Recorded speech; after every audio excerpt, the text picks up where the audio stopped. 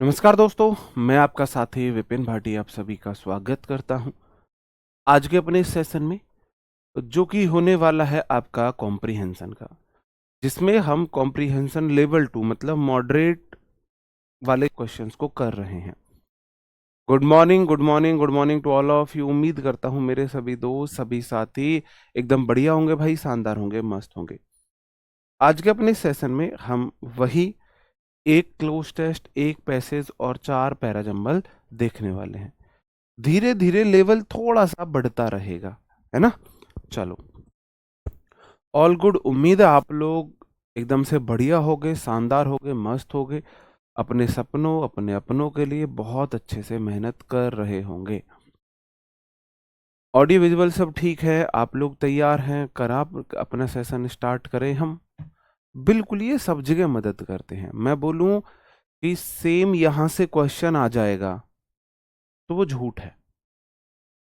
मैं बोलूं कि यहां से क्वेश्चन नहीं आएगा, आपको इस तरीके से क्वेश्चन अटेम्प्ट करने हैं, इस लेवल के क्वेश्चन आएंगे, इस तरीके से क्वेश्चन पूछे जाएंगे तो वो सत्य है ना। एज इट इज यस ऐसा क्वेश्चन आ जाएगा, वो पॉसिबल नहीं है कि आपको यही क्लोज टेस्ट रिपीट होके मिल जाएगा, नॉट पॉसिबल है। एसएससी में नहीं, किसी और एग्जाम में आपको ये रिपीटेड मिल सकता है। मतलब कहने का मतलब है, मैं ये नहीं बोल के चल रहा स्वयं आपको यही क्वेश्चंस रिपीट होकर मिल जाएंगे, मिल जाए वो अलग बात है। क्वेश्चन है, for many young professionals choosing a career is no longer just about earning a salary. It's about finding meaning in what they do. Some are drawn to high paying jobs, while others feel more dash working in fields that aligns with their professional values. This growing divide between passion and paycheck has led to tough decisions for many. While financial stability is important, ignoring one's true interest can lead to long-term death. Experts suggest that a balanced approach is possible. One can pursue a stable job and still nurture their passion through part-time work, volunteering, or creative outlets. However, such a path requires careful days, making impulsive career swifts without planning can lead to regret. It's important to evaluate not just income but also growth, purpose, and job days. After all, the goal is not just to survive but to build a life that is both secure and dash.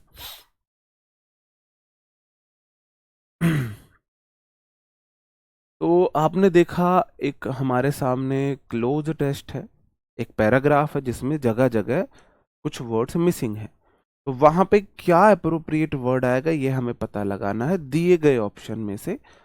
अगर मैं बात करूं paragraph किस point से है, paragraph का subject क्या है, थीम क्या है, तो पैराग्राफ बता रहा है कि करियर से रिलेटेड है, कि करियर को चूज करने में क्या क्या प्रॉब्लम आती है, कैसे कैसे हम उनका समाधान कर सकते हैं।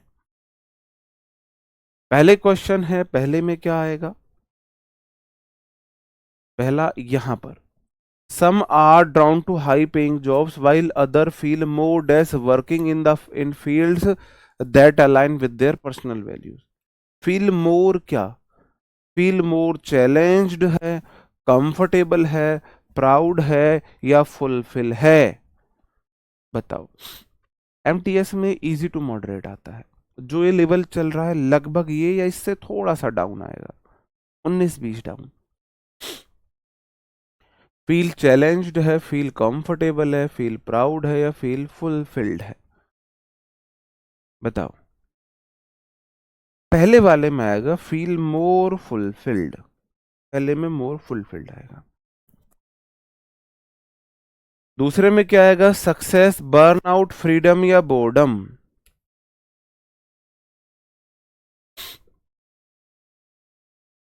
While financial stability is important, ignoring one's true interest can lead to long term क्या? लॉन्ग टर्म सक्सेस है, फ्रीडम है, बोर्डम है या बर्नआउट है? अगर मैं दूसरे क्वेश्चन की बात करूं तो दूसरे का आंसर होगा बर्नआउट। आप देख लेना आपने क्या आंसर लगाया है। आप इसमें बोर्डम में थोड़ा सा कंफ्यूज हो सकते थे। चलो आगे बढ़ते हैं। Experts suggest a balanced approach is possible. One can pursue a stable job and still nurture their passion through part-time work, volunteering, or creating outlets. However, such a path requires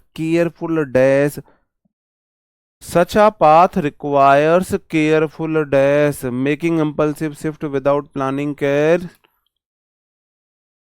ऐसे path में जरूरत होती है careful luck की, hesitation की, planning की, risk की। Careful planning इसका आंसर है। एक बार आप खुद से ट्राई कीजिए, ठीक है? फिर मैं एक्सप्लेन करूंगा इसको कि इसका वो आंसर जो मैंने बताया वही क्यों है, ठीक है?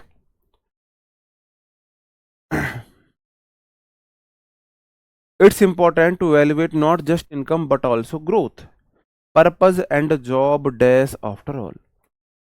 सिर्फ यही इंपॉर्टेंट नहीं है, आपने मतलब इनकम इवेल्युएट करना सिर्फ इंपॉर्टेंट नहीं है, उसमें ग्रोथ है, पर्पज है, क्या क्या वो सब चीजें भी वो करना इंपॉर्टेंट है। कंफर्ट, लॉयल्टी, स्टेबिलिटी और एटीट्यूड बताओ। Option 4, growth, purpose and job dash. Job कैसी? Job comfort, job loyalty, job stability या जॉब एटीट्यूड? चौथे का आंसर है जॉब स्टेबिलिटी, ठीक है? Job stability. और हमारा लास्ट क्वेश्चन बच जाता है। After all the goal is not just to survive but to build a life that is both secure and wealthy, creative, rewarding और रूटीन। बताओ क्या होगा? सिक्योर हो, ऐसी जॉब हो जो सिक्योर भी हो, वेल्दी हो, रूटीन हो, क्रिएटिव हो या रिवॉर्डिंग हो? रिवॉर्डिंग। अब एक बार मैं आपको समझाता हूं।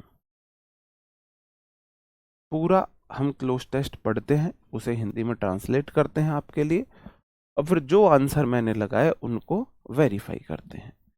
आप देख लेना आपका स्कोर कितना है, ठीक है? चलो। फॉर मैनी यंग प्रोफेशनल्स, बहुत सारे जवान प्रोफेशनल्स जो होते हैं, चूजिंग अ करियर, उनके लिए करियर चूज करना is no longer just about earning a salary. उनके लिए करियर चूज करना सिर्फ सैलरी कमाना नहीं है। It's about finding a meaning in what they do. उनके लिए इसका मतलब है एक अर्थ ढूंढना जो वो करते हैं। मतलब बहुत सारे लोग सिर्फ पैसे के लिए नहीं करना चाहते हैं, वो करियर ऐसा बनाना चाहते हैं कि जिसमें वो काम हो जो वो करना चाहते हैं, जिनको उनकी करने की इच्छाएं हैं, इनका पर्पज है, इनका टारगेट है, लक्ष्य है। Some are drawn to high paying jobs, कुछ को हाई सैलरी चाहिए, उन्हें मतलब ही नहीं है उनका इंटरेस्ट किस में है। while others feel more days working in the field that align with their personal values। जबकि जो दूसरे होते हैं वो ऐसे फील्ड में काम करना चाहते हैं जो उनके पर्सनल वैल्यूज के साथ जुड़े। जैसे कोई व्यक्ति है और उसका नेचर है थोड़ा सा दबंग टाइप, मतलब उसको दूसरों को धमकाना, डांटना, रौब जमाना पसंद है, वो किस फील्ड में जाएगा? जिसको भ्रष्टाचार से इन सबसे कोई बहुत ज्यादा प्रॉब्लम नहीं, मैं ये नहीं बोल रहा हर कोई करता है, वो पुलिस में जाना पसंद करेगा। कोई ऐसा व्यक्ति जिसे शांति का जीवन चाहिए, जिसको किसी गरीब को सताना और ये सब पसंद ना हो, बिल्कुल पसंद ना हो, वो पुलिस का फॉर्म ही नहीं भरेगा, वो टीचर बनना चाहेगा। बोलेगा भाई मेरे बस की नहीं है, मुझे नहीं पसंद है ये काम, पुलिस वाले जो काम होते हैं मैं नहीं कर पाऊंगा। अधिकारी की डांट सुनना, अधिकारी के सुन के पैसे लेके गलत काम करने पड़ते हैं कई बार। तो ऐसे ही कुछ लोग अपने, उनके लिए पर्सनल वैल्यूज ज्यादा इंपॉर्टेंट करती हैं। तो अदर फील मोर डैश, वो कैसा फील करते हैं, फील मोर चैलेंज, जो उनकी पर्सनल वैल्यूज। कुछ लोग तो चुन लेते हैं ज्यादा पैसा हो, कुछ लोग चुनते हैं ज्यादा पैसा हो भाई, लेकिन वाइल जबकि दूसरे लोग चुनते हैं कि काम उनके इंटरेस्ट का हो। तो फील मोर चैलेंज्ड, उनके पर्सनल वैल्यूज से जो काम अलाइन हो रहा है, उनके मैच कर रहा है, वो चैलेंज तो नहीं होगा। कंफर्टेबल पे आप जा सकते थे। अब फुलफिल्ड और कंफर्टेबल में क्या अंतर है? फुलफिल्ड मतलब फुल्ली सेटिस्फाइड हो, कंफर्टेबल में सेटिस्फाइड का मीनिंग नहीं है। कंफर्टेबल मतलब आरामदायक है। तो वो ज्यादा आराम महसूस करते हैं या ज्यादा संतुष्ट महसूस करते हैं? बताओ। जो काम तुम्हें पसंद है, अगर तुम्हें तुम्हारी जॉब उसी काम में लगे तो तुम आराम ज्यादा महसूस करोगे, संतुष्टि ज्यादा होगी, आराम मिलेगा। You feel fulfilled, emotionally satisfied. Satisfied,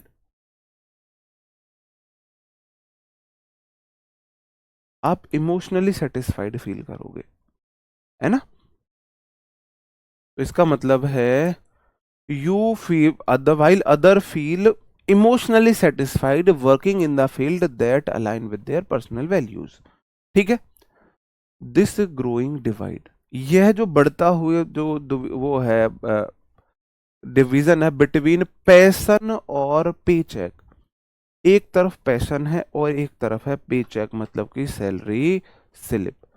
जैसे किसी को ड्राइंग पसंद है और ड्राइंग में बहुत कम पैसा है ना, और दूसरी तरफ उसको जॉब मिल रही है भाई साहब बहुत अच्छा पैकेज वाली। तो यहाँ पे डिवीजन होता है, has lead to tough decision for many. बहुतों के लिए बड़ा मुश्किल डिसीजन हो जाता है कि पैशन को चुने या पैसे को चुने।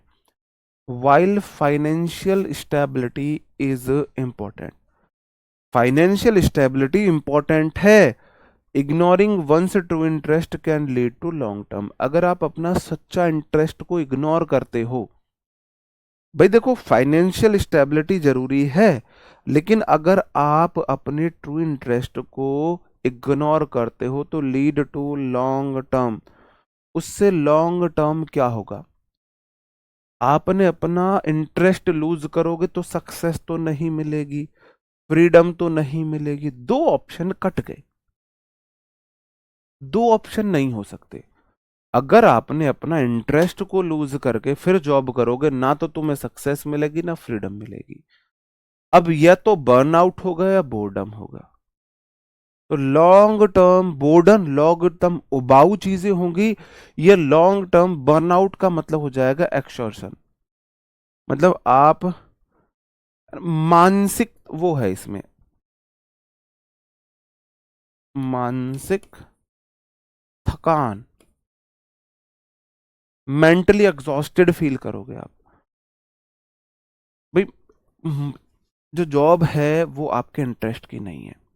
जैसे किसी को टीचिंग जॉब पसंद नहीं है और वो गवर्नमेंट टीचर बन जाए, तो वो मेंटली एग्जॉस्टेड हो जाएगा, मानसिक रूप से थक जाएगा। मतलब अब देखो ये बोर्डम जो है ये इतने एरिया को कवर कर रहा है कि सिर्फ उबाऊ है, और बर्न आउट ने इतना एरिया कवर कर लिया, इसमें उबाऊ भी आ गया और थकावट भी आ गई, कि बोरिंग जॉब भी है और एग्जॉस्टिंग जॉब भी है।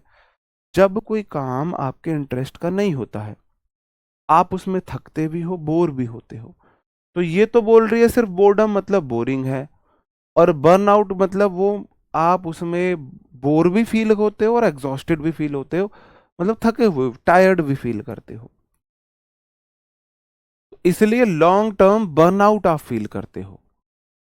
अगर आपकी मनचाही जॉब नहीं है तो आप लॉन्ग टर्म बर्नआउट उसमें फील करते हो। ठीक है। एक्सपर्ट सजेस्ट करते हैं that a balanced approach is possible. एक बैलेंस्ड अप्रोच पॉसिबल है।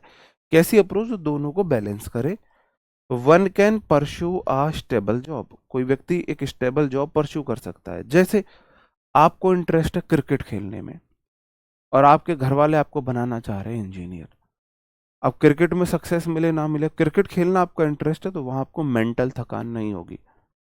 आप इंजीनियर बन गए तो आपको पर मंथ सैलरी तो आएगी, आप मेंटली थक जाओगे, बोर हो जाओगे, थक जाओगे, दोनों काम हो जाएंगे।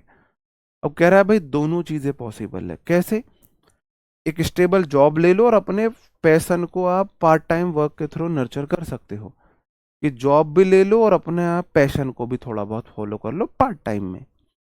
आप वॉलंटियरिंग कर सकते हैं, क्रिएटिव लेआउट्स कर सकते हैं। However such a path require careful, ऐसे पाथ में केयरफुल क्या चाहिए?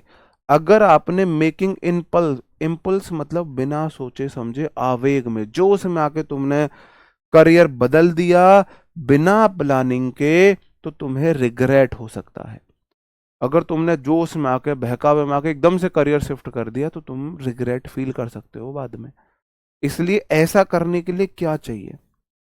अब मेरे पास दो ऑप्शन है। केयरफुल लक तो नहीं चाहिए, केयरफुल हेजिटेशन नहीं चाहिए, केयरफुल रिस्क पे आप जा सकते थे, केयरफुल प्लानिंग चाहिए। ऐसा करने के लिए केयरफुल प्लानिंग चाहिए आपको, केयरफुल प्लानिंग आप करोगे। ठीक है, केयरफुल प्लानिंग। ठीक है, it is important to evaluate not just income, यह जरूरी है कि आप आकलन करें, इवेल्युएट करें, सिर्फ इनकम ही नहीं, ग्रोथ का भी, पर्पज का भी, एंड जॉब डैश।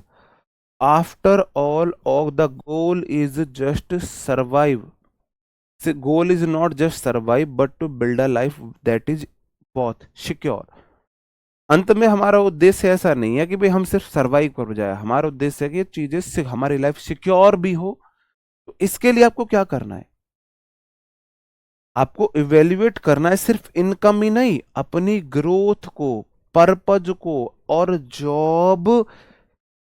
भाई आपको आकलन करना है ग्रोथ को, पर्पज को, और जॉब कंफर्ट को, जॉब लॉयलिटी को, जॉब स्टेबिलिटी को, एटीट्यूड को। जॉब स्टेबिलिटी,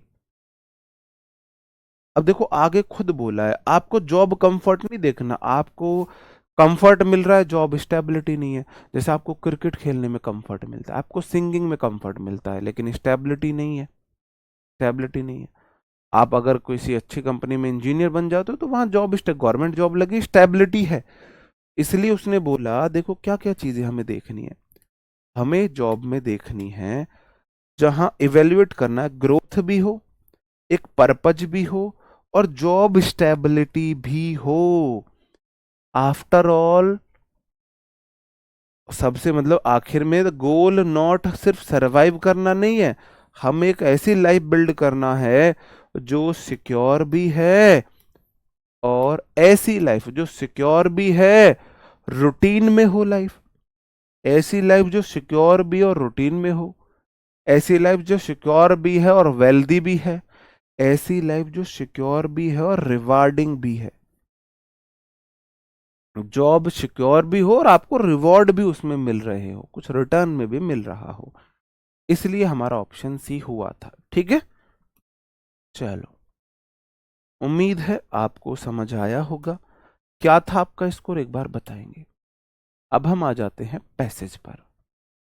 हाँ, बताओ भाई, क्या था आपका स्कोर? 5 में से क्या स्कोर था?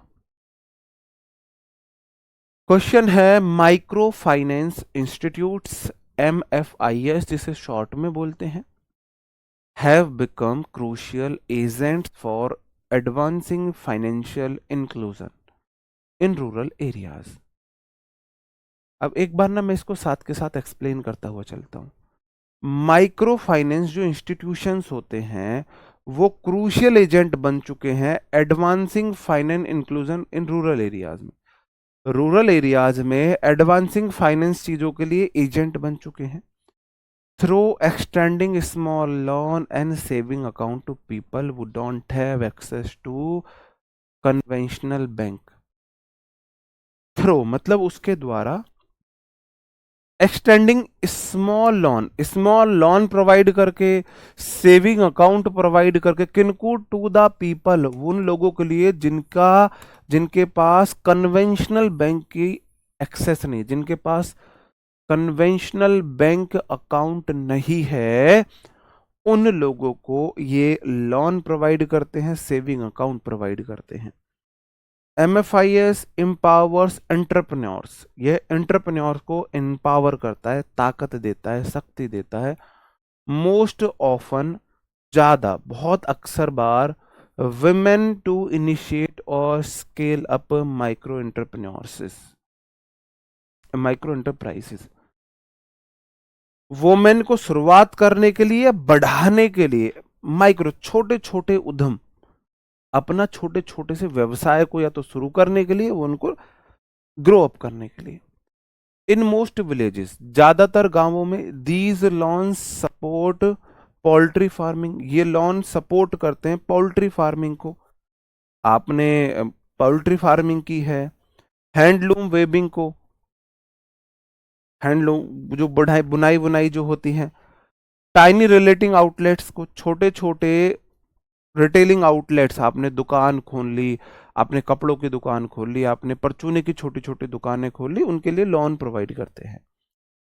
MFIs go beyond credit by regular offering financial education.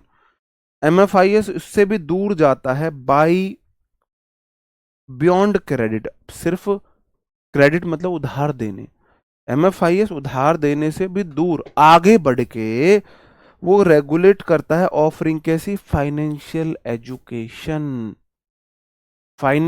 Education provide करता है, ट्रेनिंग प्रोवाइड करता है, teaching borrowers to cope with cash flow, cash flow को कोप विद, उसको मैनेज करने के लिए टीचिंग बोरोज को प्रोवाइड करता है, उधार लेने वालों को प्रोवाइड करता है। एंड इंटरेस्ट चार्जेस, और इंटरेस्ट चार्जेस को, उन सब चीजों की ये ट्रेनिंग प्रोवाइड करता है, एजुकेशन प्रोवाइड करता है। ठीक है, चलो।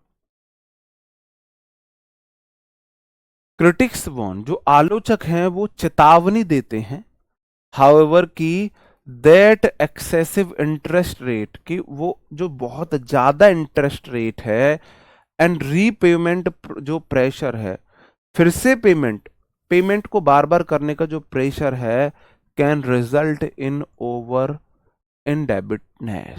इंडेबिटेडनेस, कि उससे और कर्ज बढ़ सकता है। कैसा, ये लोग 2 लाख का इन्होंने लोन प्रोवाइड किया, ठीक है, 1 साल के लिए रेट ऑफ इंटरेस्ट बहुत कम होगा, अब 1 साल के अंदर आपको वो लोन प्रोवाइड करा के फिर दोबारा से निकाल सकते हो आप, ऐसा कुछ होता है।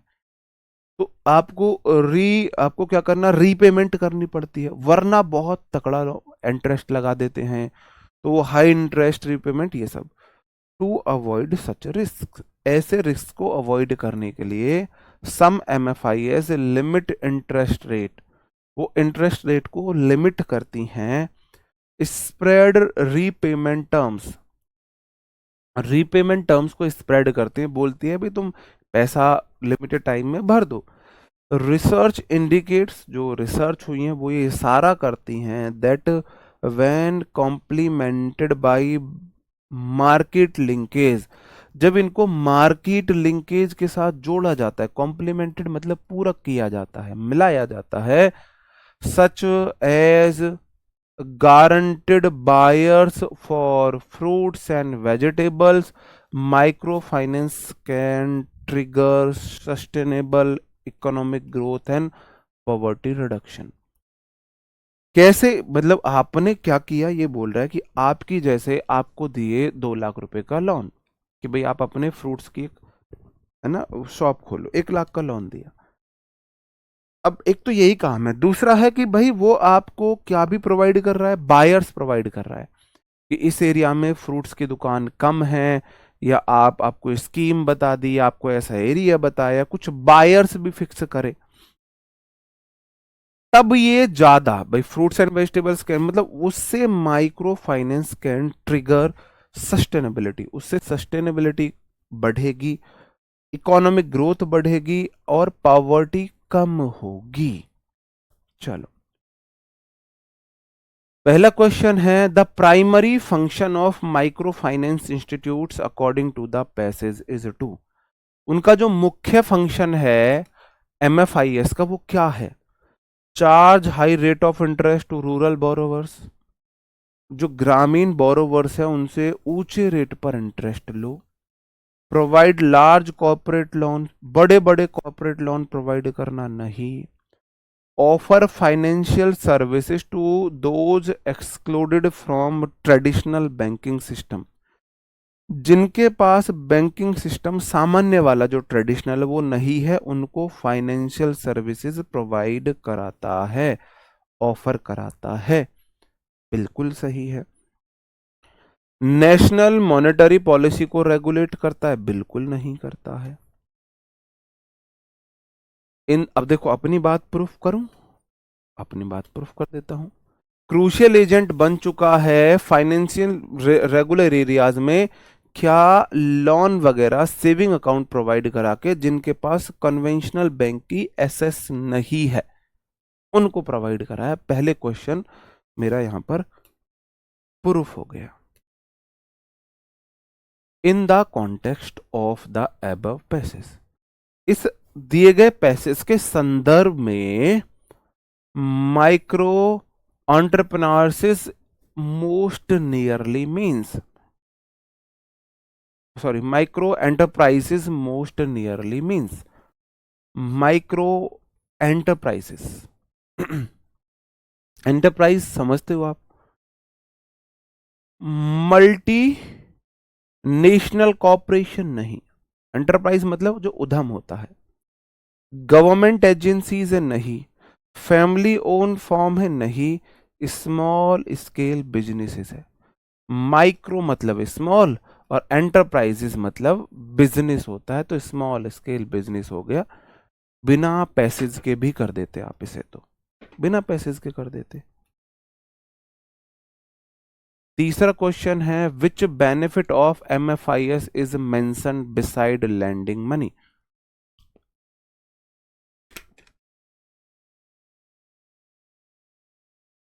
एमएफआईएस पैसा देने के अलावा क्या क्या बेनिफिट प्रोवाइड कराता है? ग्रांटिंग लैंड टाइटल्स, वो जमीन प्रोवाइड कराता है? नहीं। टैक्स एग्जाम्पशंस प्रोवाइड कराता है? नहीं। इंपोर्ट एक्सपोर्ट फैसिलिटी प्रोवाइड कराता है? नहीं। फाइनेंशियल लिटरेसी ट्रेनिंग वगैरह देता है? वो ट्रेनिंग भी देता है कि तुम्हें कैसे कैसे बिजनेस तुम अपने काम कर सकते हो, देता है। चलो भाई, मेरा साइटिका ठीक नहीं हुआ है बाबूजी, अभी अभी मेरा खुद का साइटिका ठीक नहीं है। इसमें आप रेगुलर रोज तो नहीं, लेकिन ऐसा कर सकते हो 2 दिन में 1 दिन कच्चा लहसुन खा सकते हो, तो उससे मुझे बहुत आराम मिला था।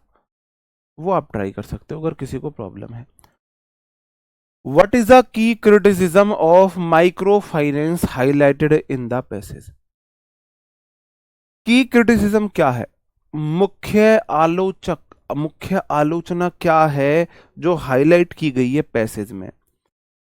It fails to reach women borrowers, ये वुमेन बोरोवर्स तक नहीं पहुंच पा रहा है। ऐसी औरतें जिन्हें उधार चाहिए था बिल्कुल पहुंच पा रहा है।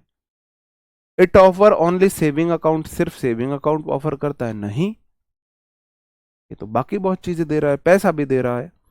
High interest and repayment pressure can cause debt, interest ज्यादा होना और रीपेमेंट का प्रेशर से क्या बढ़ सकता है? डेट, कर्ज बढ़ सकता है।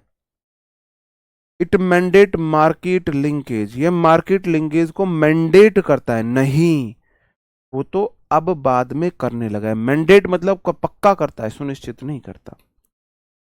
अपनी इस बात को यहां प्रूफ करते हैं। क्रिटिक्स वॉर्न, क्रिटिक्स ये चेतावनी देते हैं, हाउएवर दैट एक्सेसिव इंटरेस्ट मतलब high rate of interest and repayment pressure जो है उससे रिजल्ट हो सकता है इनडेब्टेडनेस, कर्जदारी बढ़ सकती है।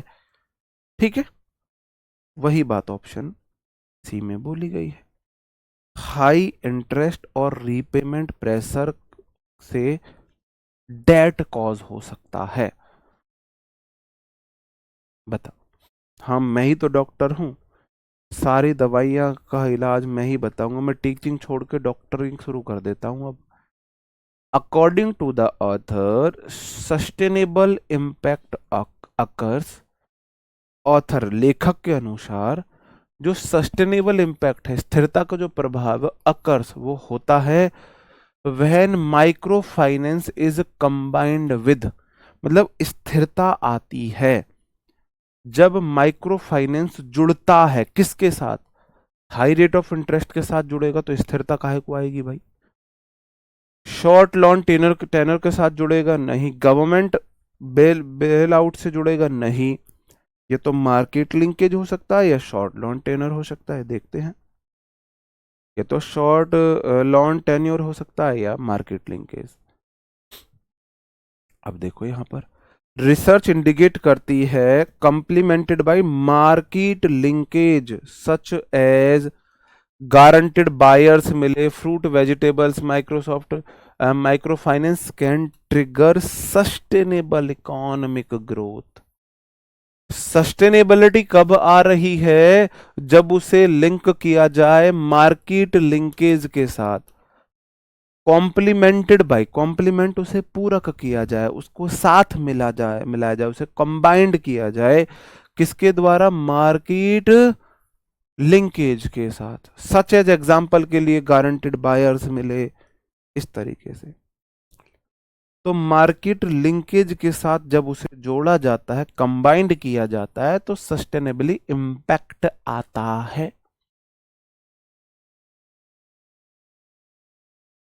आता है, ठीक है मेरे भाई।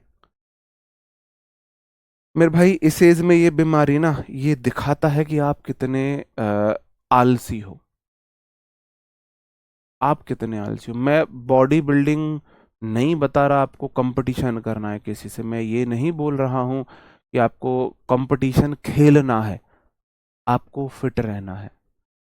अगर किसी व्यक्ति का 30-35 की एज से पहले पेट निकला हुआ है ना, और वो कितना भी सफल है, मेरी नजर में, मैं ये नहीं बोल रहा वो सफल नहीं है, मेरी नजर में कंप्लीट सक्सेसफुल नहीं है। फेल नहीं बोल रहा मैं, लेकिन कंप्लीटली सक्सेसफुल वो व्यक्ति नहीं है, कंप्लीट सक्सेस उसने नहीं पाई है। यार 30 की एज में भी तुम्हारे पेट निकल रहे हैं, तुम्हें ऐसी ऐसी बीमारियां हो रही है, तो फिर लानत है ना। मतलब तुम सोच के देखो, जब कोई चीज अपने पीक पे है, उस टाइम वो सफर कर रही है, तो बाद में क्या होगा उसका। इसलिए अपनी हेल्थ को प्रायोरिटी दिया कीजिए। और प्रायोरिटी देने के लिए तुम्हें जिम भी नहीं जाना है, इतना आसान है, घर में दरवाजे होंगे, उन पे लटक लिया करो। घर के आसपास कोई पेड़ होगा, उस पे हैंगिंग कर लिया करो, बस 1 मिनट, 1 मिनट सुबह, 1 मिनट शाम। 100 पुशअप सुबह, 100 पुशअप शाम लगा लिया करो, और 50 सिटअप सुबह, 50 सिटअप शाम लगा लिया करो। अगर 50 सिटअप सुबह और शाम लगाते हो, तो तुम्हारे थाई वगैरह, ये पैरों में ताकत रहेगी। 100 पुशअप सुबह, 100 पुशअप शाम लगाओगे, तो तुम्हारे जो यहां से ऊपर का पार्ट है, वो आपका हार्ट, लंग, आप मेंटली फिजिकली फिट दिखोगे। अगर जो फिजिकली फिट दिखता है, फिर वो मेंटली पॉजिटिव अपने आप हो जाता है। इतना तो किया करो, ज्यादा कुछ नहीं। आप क्या सोचते हो 10 दिन, 20 दिन, 50 दिन जिम जाके एकदम से मैं फिट हो जाऊंगा, नहीं हो गए। अगर आप 2 महीने रोज 100 सुबह पुशअप, 100 शाम को पुशअप, 50 सेटअप सुबह, 50 सेटअप शाम को लगाते हो, तो 2 महीने बाद आप अपने आप को देख लेना। एक फोटो आज शीशे में आप अपना आज खींच लीजिए, एक 2 महीने बाद खींच के देख लेना। हाँ, रेस भी अच्छा है, तो अगर टाइम आप निकाल पाते हो, तो मिनिमम 1 किलोमीटर, 2 किलोमीटर रनिंग करो। लेकिन अगर तुम इस एज में भी टाइम नहीं निकाल पा रहे हो, तो फिर बाद में नहीं निकाल पाओगे। सोच के देखो, मैं अपनी कोई बहुत बड़ी तारीफ नहीं कर रहा हूं, मैं बहुत फिजिकली फिट नहीं हूं, लेकिन मैं आज भी दो दो जॉब करते हुए अपनी हेल्थ के लिए टाइम निकालता हूं। मैंने बीच में 5-6 महीने, 7 महीने हेल्थ के लिए टाइम नहीं निकाला था, मुझे साइटिका हुआ, और मुझे बहुत प्रॉब्लम हुई। मैं दोबारा से इसलिए फिर से निकाल रहा हूं। फिर से अपनी हेल्थ के लिए टाइम निकालना शुरू किया है।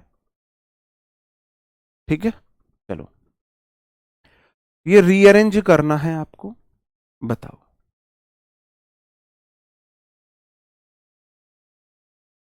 पोस्ट कॉलोनियल लिटरेचर, ये फिक्स है, यहां पर ये फिक्स है। पोस्ट कॉलोनियल लिटरेचर, कॉलोनियल के बाद की जो लिटरेचर है उसको बोला जा रहा है। ठीक है, मैंने भाई सबको दिखा दिया। कायरोप्रैक्टर मतलब डिस्ट्रिक्ट छोड़ो, कई स्टेट तक भी हमने दिखा लिया, कहीं से कोई फायदा नहीं है। एकमात्र वो है कि आप अपनी फिजिकली इन्वॉल्वमेंट बढ़ाओ, फिजिकली एक्टिव रहो। ठीक है, पोस्ट कॉलोनियल लिटरेचर क्या करता है? Interrogates historical narratives, okay, while reclaiming suppressed voices, reclaim करता है दबी हुई वॉइसेस को, एंड ऑफर्स अल्टरनेटिव पर्सपेक्टिव्स को क्या करता है? ऑफर करता है, रूटेड इन इंडिजीनियस एक्सपीरियंसेस। देखते हैं क्या होगा।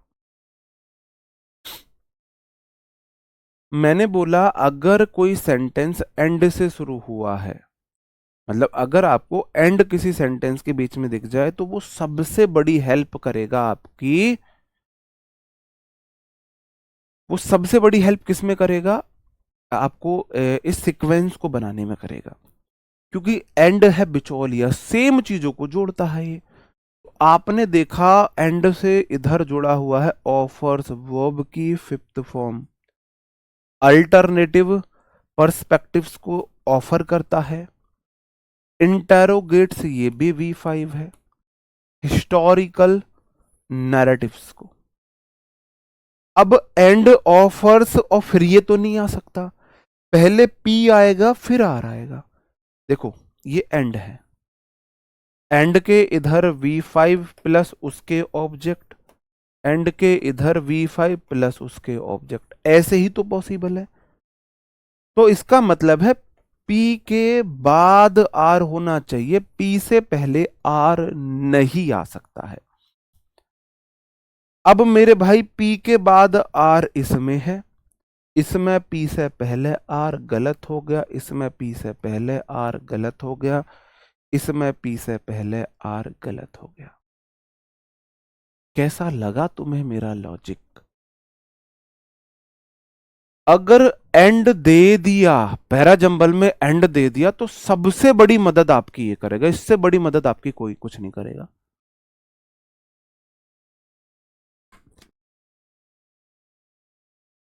क्योंकि ये दो सेम चीजों को जोड़ता है। मैं ये नहीं बोल रहा 100% मेरा सही हो गया, एक मेरा एक आकलन बना है कि मेरा ये लॉजिक कहता है ये सही नहीं हो सकता, ये सही हो सकता है। मेरा एक लॉजिक ये बोल रहा है, अब मैं इसे वेरीफाई करूंगा। सबसे पहले बोल रहा है जो पोस्ट कॉलोनियल लिटरेचर है वो इंटेरोगेट करता है हिस्टोरिकल नैरेटिव्स को। जो हिस्टोरिकल नैरेटिव्स है उनको इंटेरोगेट करता है, जांच पड़ताल करता है। जो हिस्टोरी में जो नैरेटिव्स बना दिए गए, अकबर को महान बता दिया गया है ना, मतलब बहुत सारे जिन्होंने हजारों लोगों को, लाखों लोगों का कत्लेआम किया, उनकी मजार बना के पूछ दिया गया। तो ऐसे नैरेटिव्स को ये इंटेरोगेट करता है पोस्ट कॉलोनियल लिटरेचर जो है। ठीक है, पहले P आएगा। इंटेरोगेट करता है historical narratives rooted in indigenous experience, जो इंडिजीनियस देशज एक्सपीरियंस में अंदर समाये हुए हैं। बिल्कुल, हिस्टोरिकल जो नैरेटिव्स होते हैं वो रूटेड होते हैं इंडिजीनियस एक्सपीरियंस में, बिल्कुल ऐसा आएगा। फिर R and offer alternative perspectives, और दूसरी एक सोच ऑफर करता है वाइल रिक्लेमिंग सप्रेस्ड वॉइसेस को, और दबी हुई आवाज को रिक्लेम, उन्हें एक जान देता है। बताओ। ठीक है, चलो इसका आंसर इसलिए मेरा वेरीफाई हो गया, ऑप्शन ए सही हो जाएगा, सही हो जाएगा। भाई मैंने कोशिश की है उनसे अपॉइंटमेंट की, मेरी अपॉइंटमेंट नहीं हो पाई है हर्ष ग्रोवर जी से, ठीक है। अब आप सोच के देख लो, इसका मतलब मैंने इस फील्ड में पूरी रिसर्च की होगी कि जो आपने नाम बताया उनसे मैंने कई बार कोशिश की है। अगला, अब ये आप लोगों के लिए मुश्किल होगा, हम लोगों के लिए मुश्किल नहीं है, हमने तो इसकी ट्रेनिंग करी है, हमें तो एग्जैक्ट पता है होना क्या क्या कैसे कैसे है।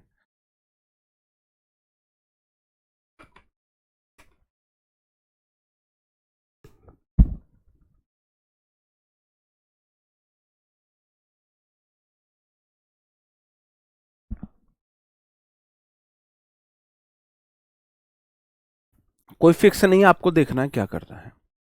Enumerators visit household to collect data. Enumerators household को विजिट करते हैं डेटा कलेक्ट करने के लिए, घर में रहने वाले लोगों को मिलेंगे। हाउस होल्ड जो किसी मकान में रह रहा है, जरूरी नहीं वो उसका मालिक हो, किराएदार हो, कोई भी हो, जबरदस्ती रह रहा हो, रिश्तेदार ही सही, डेटा कलेक्ट करने के लिए। Data is compiled and analyse at central office. जब डेटा कलेक्ट होगा तो उसके बाद फिर डेटा को कंपाइल्ड किया जाएगा। भाई 50 इन्यूमरेटर थे, 50 घरों से डेटा लेके आए, फिर उसको कंपाइल्ड करेंगे और फिर उसको एनालिसिस होगा सेंट्रल ऑफिसर के द्वारा। इसका मतलब पी के बाद क्यू आएगा। गवर्नमेंट ने अनाउंस कर दिया है सेंसस डेटेड को और गाइडलाइंस को। अब जब डेटा को एनालाइज्ड कर लिया गया है तो अब फाइनल सेंसस रिपोर्ट पब्लिश होगी और लोगों के साथ शेयर की जाएगी। आपको पता है आर लास्ट में आएगा, मतलब पी के बाद क्यू आना चाहिए और आर लास्ट में आना चाहिए, ये मुझे पता चला। आर लास्ट में है, आर लास्ट में है, आर लास्ट में है, इसका तो हो गया राम नाम सत्य। और मुझे पता है पी के बाद क्यू आएगा, पी के बाद क्यू इसमें दिया है, पी के बाद क्यू इसमें भी दिया है, और पी के बाद क्यू,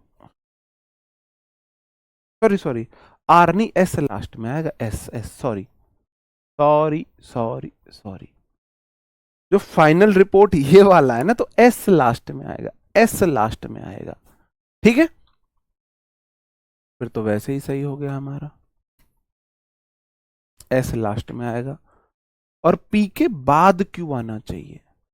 पी के बाद क्यू यहां भी है, यहां पी से पहले क्यू है, ये गलत हो गया, ये आ नहीं सकता।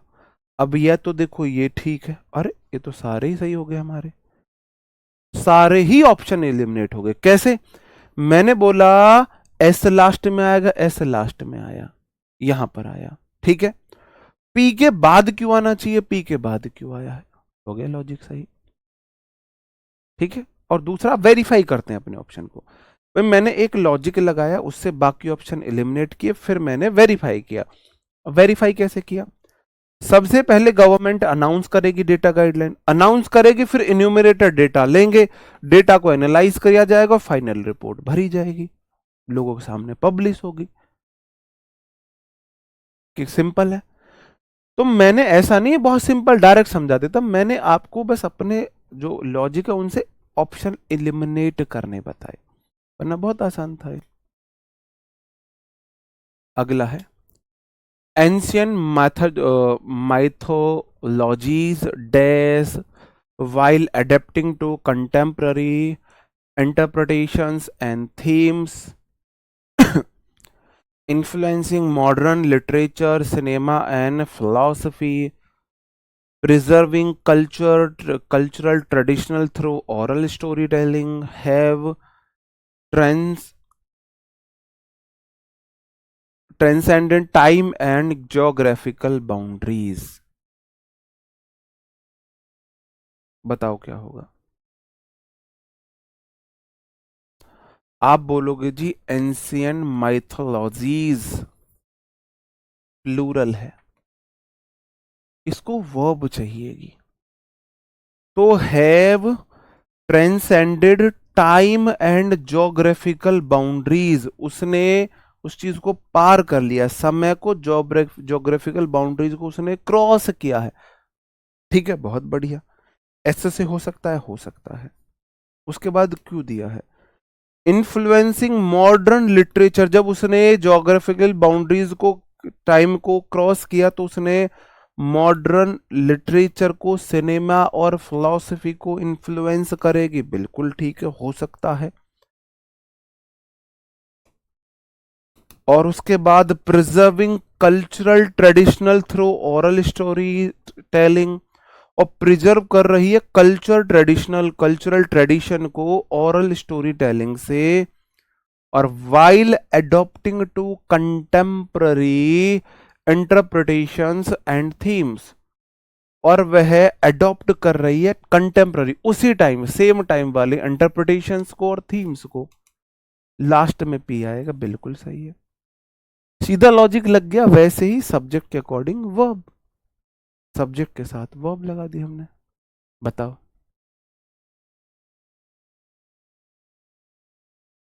चलो।